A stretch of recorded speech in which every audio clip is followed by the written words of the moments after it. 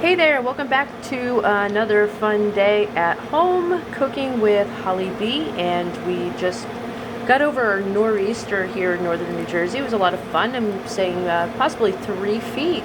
Exciting. So today is a Tuesday and we're going to start off with our favorites. We're going to make a homemade, I call it like a tomato veggie soup, and we'll get into the tomato part, but right now we got a Mirepoix here and everything's all finely diced, and I have some garlic in there, lots and lots of yummy garlic. We're going to put our olive oil right here, which is our little favorite. Nope, that's our favorite. Wait, that's our favorite.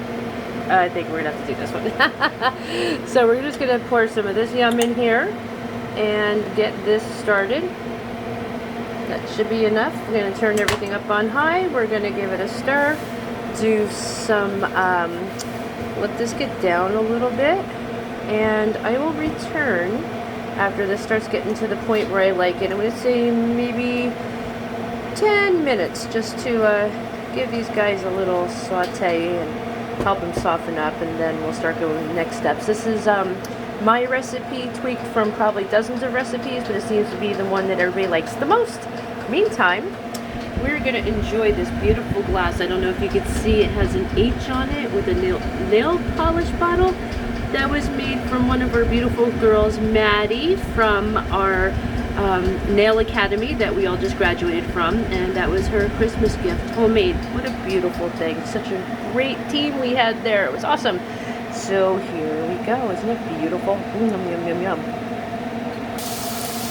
Okay, we're getting just about to the point where I would say almost fried, but I like my onions and my veggies just a little brown. If you notice, I even use the little leaves from celery hearts because they're baby tender, flavorful, delish.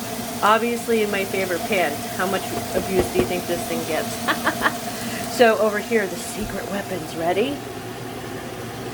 Mind you, I am not being sponsored or paid for these products, labels, brands. This is what I have in my kitchen. This is what I love. Secret to this soup. Wee pinch of that. Fresh basil would be so much better, but we're snowed in. I can't get to the store. Diced tomatoes, whether they have the roasted garlic, olive, plain, you can always, doctor it up. Do what you like to do with it. And then we'll start considering salt and pepper. Okay, so this is what we're looking for. Scraping the bottom. Get all that yum off, because now we're going to deglaze with, honestly, our tomatoes. So we're going to put in can number 1. Doesn't that just sound so satisfying? Ooh, the sizzle. Is that one in? Okay. Fantastic. We'll give this a stir. Get all that yum off the bottom. Get all that mixed up. Now, here's the next thing I'm going to do. I'm going to take a sip of this. My favorite. What is it? Oh, Merlot. Normally, C.K. Mondavi, Robert Mondavi, Woodbridge, any of the Mondavi products are my favorite. Okay, so now on to our favorite. I call them Herbes de Provence, which we obviously know is Herbes de Provence, or anyone who has any French accent. And I really like to put a lot in here. Just mix it in. Honestly, it looks more than what it is, but a little bit more. I say a pinch more, because you got all that. The first thing you smell is lavender. Lavender is like one of the first things that comes out smelling this. Then, honestly, I know this is strange. I like to put as much herb and spice as I can, because it's so good for you, but I don't want it overpowering. Just gonna put just like that much. Like if I'm doing some other dishes, a lot of times I'll use like the curries and turmeric and things that are gonna be like orangey. Okay, so we'll do that. And because we love basil, I'm going to try the other side. Oh yeah, because it can't be like a tomato basil-y soup without basil. Let that go for a bit. I think now would be a really good time to start putting in some of our water. I'm going to simmer this for a while. I was in the mood for my Instapot, just honestly. I'm going to say, according to this, because you can't really tell, this is 3.5 cups. 3.5 cups. I had to mark them because you can't see them.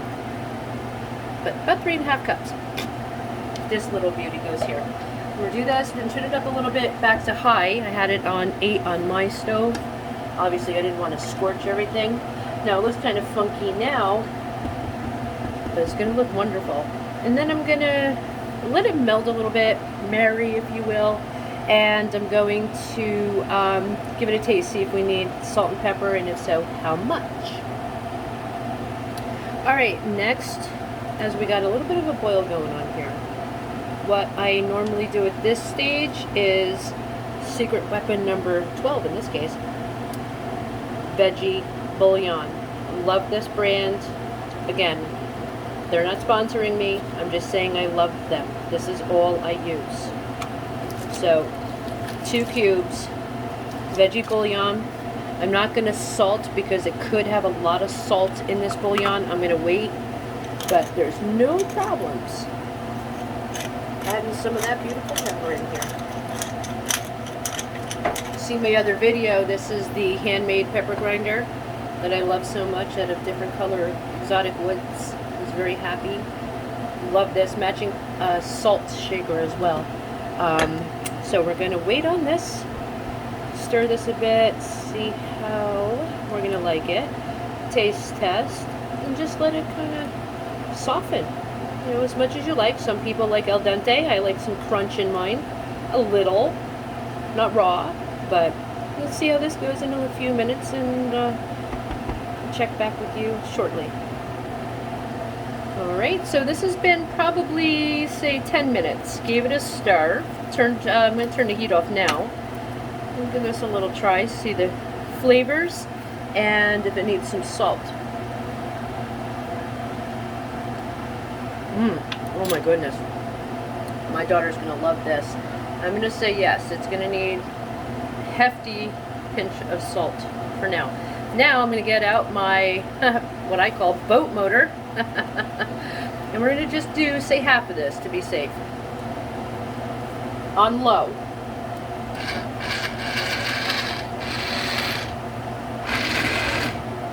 Because we're kind of looking for a creamy soup with some chunk.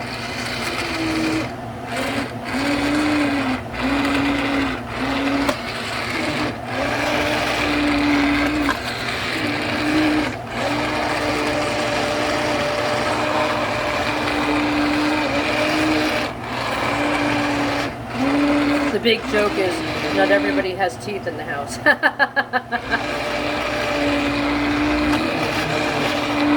But the chunks fill you up. That also helps too. Getting there, getting there.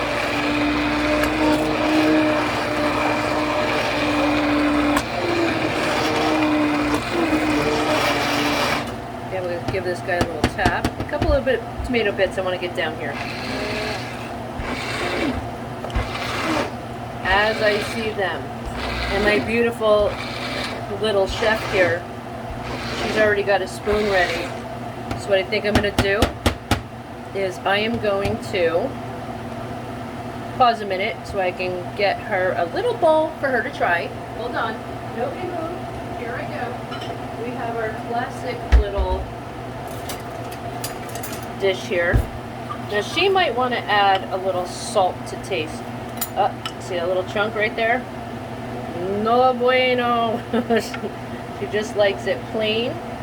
Let's see if she wants to have some with some of her favorite crackers. Let's see if she needs some salt. You may take that to the table gently. Okay. Very easy going. And of course we're going to sample again.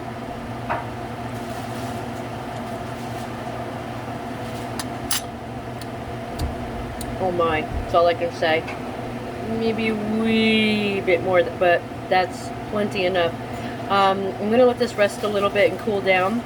Our next secret ingredient is going to most likely be milk cream, heavy cream, whatever I have in the fridge.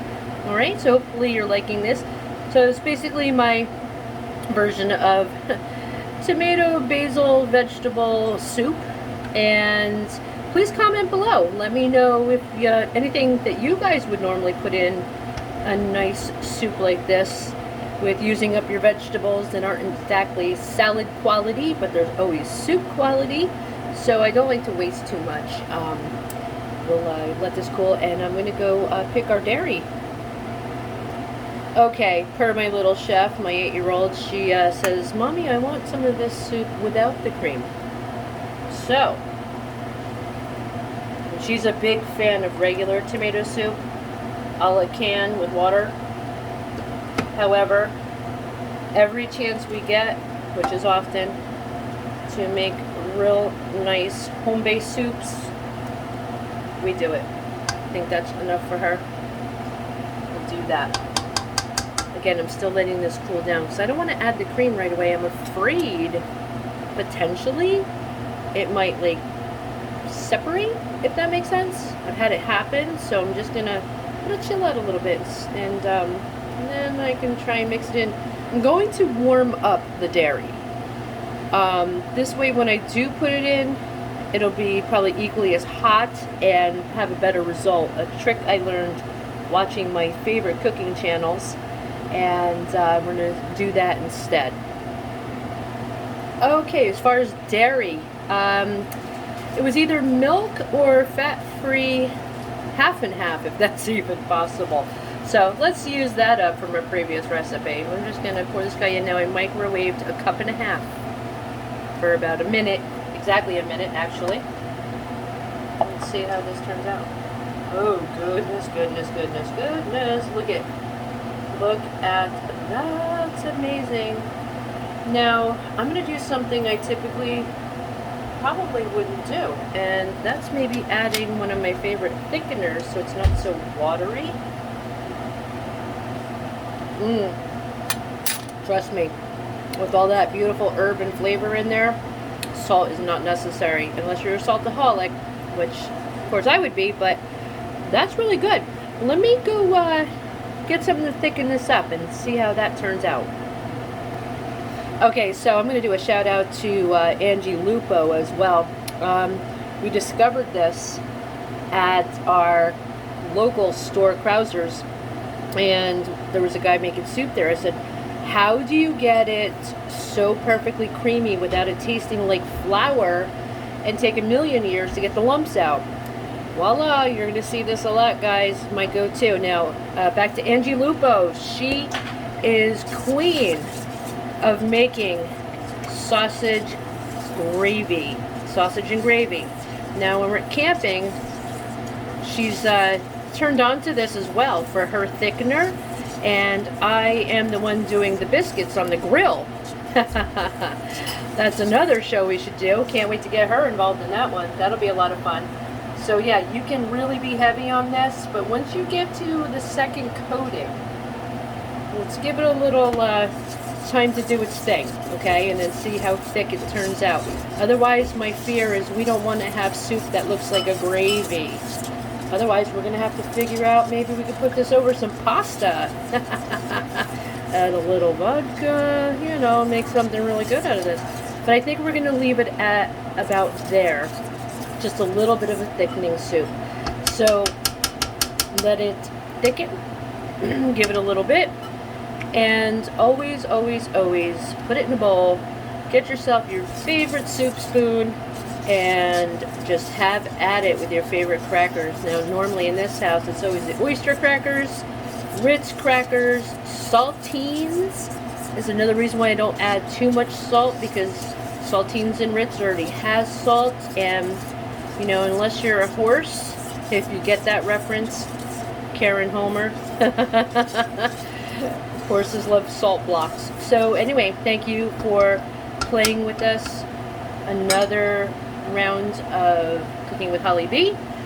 Next, I believe we're going to be doing Asian beef and broccoli. That's coming up next. Love you guys. Thank you. Likes and loves. Please subscribe, notifications, and we really do appreciate you spending time with us. Take care, enjoy, and be safe.